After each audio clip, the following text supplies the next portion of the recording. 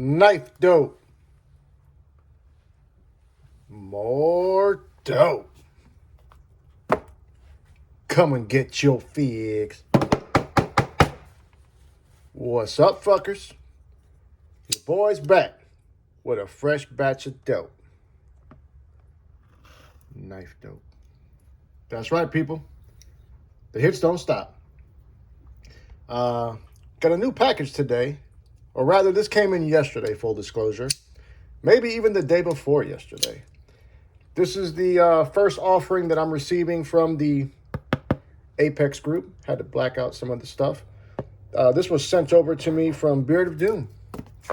Shout out to Beard of Doom. He's got a YouTube channel. If you're not following it, please start. So back to the Apex group. I was fortunate enough to get in there. Shout out to said Stevie for the plug. They allowed me to sign up, so I did that. That makes 2 goddamn groups now that I'm hooked up with. And that's not even counting Mr. Craig, Saigon Kick 2018, a.k.a. the Irish Hand Grenade. So, yeah, your boy's got some serious connections. But first, if you do enjoy the content, I'd ask that you would share, like, comment, and most importantly, subscribe, goddammit. It does help the channel. It does trick that algorithm.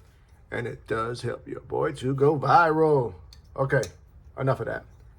Today's unboxing knife is a recent one that I just did an overview on. And granted, I was not pleased with this knife, mainly for one reason. However, I started revisiting it a little bit, and I've come to appreciate it a little bit more and understand what it is they were doing and what my main problem I was having with the disengagement. They just got theirs in a different place, it seems like, altogether. Let me see if I can get you guys a liner lock within reach here. Okay, here goes one. This is another one that's got access, that leaves you wanting more. And this is the Alliance Design Jasmine. You can see here that on this giant mouse one, it's really high up in that pocket. When traditionally you have to come a little bit lower to disengage. On your standard liner locks, you usually have your access right here, is right where you can go right across to disengage it. This one, it's higher. So in order to hit that access point successfully and without having to try so much, you just have to go higher. Granted, still not like I would prefer, but it makes the knife a little bit more interesting to me. So much so that I would possibly consider grabbing this on the secondary. I would not pay full price for it, but secondary market might interest me. Enough of this shit. Let's get to the dope, goddammit. We're going to use this accelerator. No, what the fuck is this? Atelier. To come into this box. Oh, is she sharp as a fuck, though? Or we'll give her... Damn, don't even tell me the hiccups again. She's sharp as a fuck. Now, this Apex group is similar to the lefty coordinated YouTube pass-around group. We sign up for knives. And then they send them out accordingly. Okay. Your boy Beard of Doom looked out. Tell me those ain't some cool goddamn stickers. Man, y'all, I need some stickers. Definitely got to get a KnifeDope sticker. Fuckers. God damn it. A fucker sticker. The possibilities are endless. If anyone knows where I can get a good plug on some stickers, put your boy on. Of course, minus all the shenanigans. I don't want none of those weird fuckers. Shout out to Ed. God damn. Shout out to Edgy American. You know what I'm talking about. So, if anyone's got anyone they can recommend besides that weird fucker, let me know. Okay. Today's knife is from Artisan Cutlery. I really do enjoy Artisan's knives. I have about 2 of them in the collection. And they make some good quality knives. Let's drop the top on this bitch, shall we? Get a little up close and personal. Okay. Artisan Cutlery's in the house. I'm excited about this. Here goes a little bit of your information.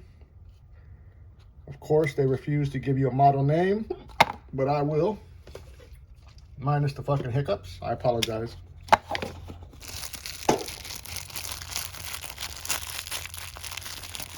Let's see. Oh yeah, I know what this one is. This is the accelerator.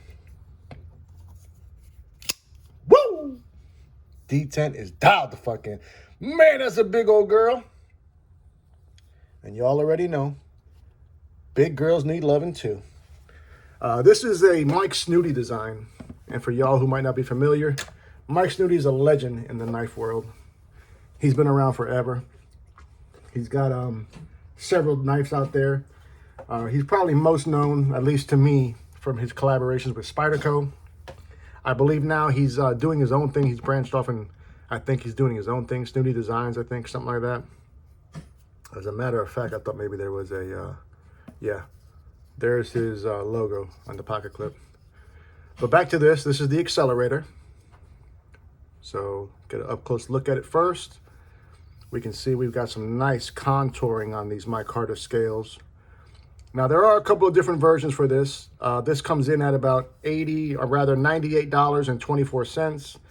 It's a weird number. It's available on the Artisan site. You might be able to find it somewhere else. I hadn't looked. But there you see it up close. Let's go over the specs and we'll dive more into it. Overall length on this girl, 8.86 inches. Yeah, she's about business for sure. We've got a closed length or a handle length coming in at 5 inches. The blade length's 3.86. That's a tough looking blade, ain't it? Blade stock thickness is 1500s. The steel on this, which kind of surprised me because this is an Artisan offering, but they went ahead with the proprietary steel of the AR RPM9, which has gotten nothing but great rave reviews.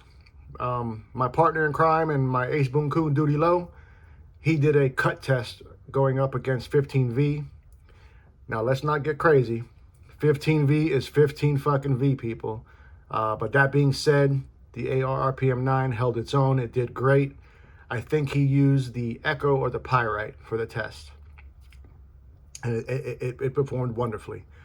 So that's the steel they're going with. That is a powdered steel on the budget side of things.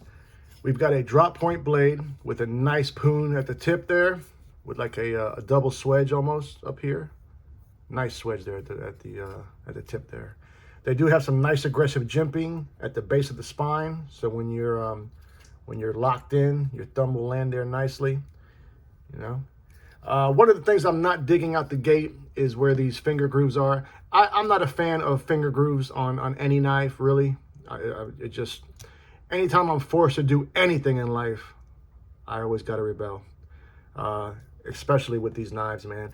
But that being said, I guess I can see what they did this for. They probably did it because if you look here at the handle, you see how it's thicker, and then as it goes down, it slims out. Usually when you have knives like that, they tend to be harder to hold on to. So I'm assuming that that's why they put the finger grooves in there, to kind of give you a better purchase, you know? The pivot, or rather your pivots, they got pivot collars. It looks like brass to me. That's what I'm going with. There's only one form of deployment, which is your thumb hole, but it flies out, comes back to the house, flies out, comes back to the house. Beware, this bitch will take a digit off on that drop, so use with caution. Minimal billboarding, so we have the model number and the blade steel right there, and of course Artisan's controversial logo. We won't get into that. There is a hidden lanyard post for the weirdos, brass back spacer, a nice titanium pocket clip that is right hand tip up carry only. Micarta is good quality, man. Got a little bit of texture to it. Now, as far as the versions that are available, you can get the black micarta with either a black PVD coated blade or the stonewash like you see here. And then you can do the same thing with the, I believe it's a green micarta. So they give you 2 blade finishes to choose from and 2 handle materials to choose from. The The knife is riding on caged ceramic bearings. There is also a ceramic detent, and the overall weight of this is 6 ounces. It is a liner lock. Plenty of access to disengage this lock for sure. So far I'm a fan. Let's put up some other knives for some visual size comparison. Basically, just a knife flex. You know how we do. Coming up first, we're going to keep it in the same family. And that is possibly the budget knife of the year so far. And that is the CJRB Echo. Knife Center exclusive. So that one is jazzed up a little bit. You can see there that it is no match for the overall size and girth of that accelerator. Next up, another recent acquisition that your boy has fallen head over heels over. And it's broken in so nice. And that is the Miguron Carex 2. So there was a little bit of issues at the gate, but I always tend to forget that these Migurons, they take a little bit of time to break in. Like about a day or two, and it's fucking money. That and also a little bit of KPL heavy will definitely do the trick. I still would have preferred a little bit more access to that lock bar, but I'm very pleased with this one. So there you see the accelerator is definitely bigger than both of these. Let's throw some size in the equation, shall we? Let's put up there against possibly, or fuck possibly, it is my favorite locking mechanism in my collection, which is that Scorpion lock. And we're talking about the Cold Steel AD15. Do not understand why we have not seen more knives with that locking mechanism. I don't know who owns the patent, whether it's Demco or Cold Steel. Whoever it is, please, please, more Scorpion locks. You know, I can kind of equate that to the same thing that we deal with Spyderco and the ball bearing lock on the Manix. Why we don't have that lock on other knives is beyond me. Speaking of Spyderco, and speaking of some American vibes, we're going to put up there the PM2 Tonto apparatus. Once again, no match for the overall girth and size of that accelerator. So, yeah, we're playing with the big knife. Let's do 2 more. God damn it. 2 more. Trying to give it a run for the money. I'm going to put up here the legendary goddamn Spyderco Subvert. Yeah, that's more like it. Subvert's coming in bigger. So I won the match. So the accelerator is just a hair smaller than the Subvert. Last but surely not least, more American vibes, the Para 3. No match for either Subvert or the accelerator.